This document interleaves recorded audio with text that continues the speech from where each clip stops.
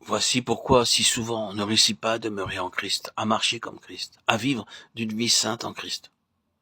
C'est faute de connaître le moyen que Dieu a préparé pour nous rendre la sainteté possible.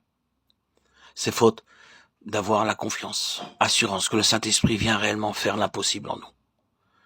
Cherchons à nous bien convaincre qu'après nous avoir donné un esprit nouveau, Dieu nous donne encore son esprit même pour habiter au-dedans de nous.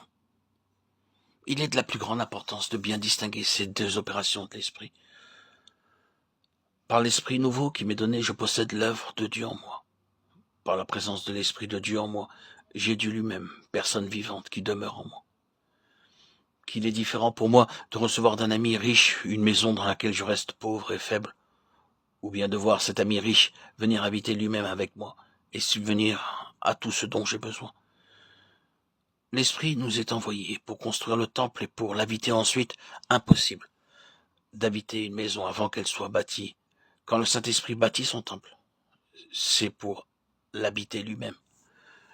Il faut qu'il y ait accord entre la maison et celui qui l'occupe. Plus j'apprends à connaître le Saint-Esprit, plus aussi je m'incline avec respect et crainte devant lui abandonnant tout mon être pour qu'il s'en serve à son gré. Le Saint-Esprit est l'essence même du Père et du Fils.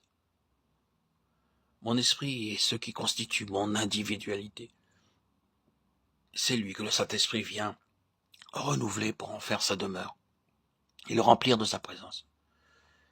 L'Esprit de Dieu devient ainsi pour moi ce qu'il était pour Jésus sur la terre, la vie même de mon individualité, avec un saint recueillement, avec un saint respect.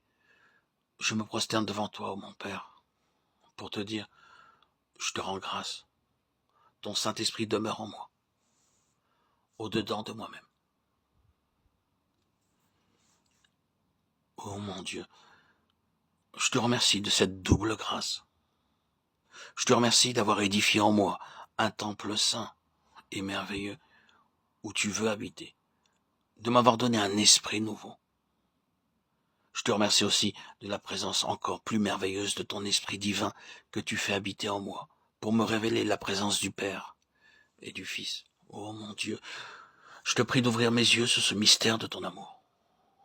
Que ces mots au-dedans de vous m'amènent à reconnaître avec crainte et tremblement ta condescendance pour moi, et que tout mon désir soit de voir mon esprit devenir réellement la demeure de ton esprit.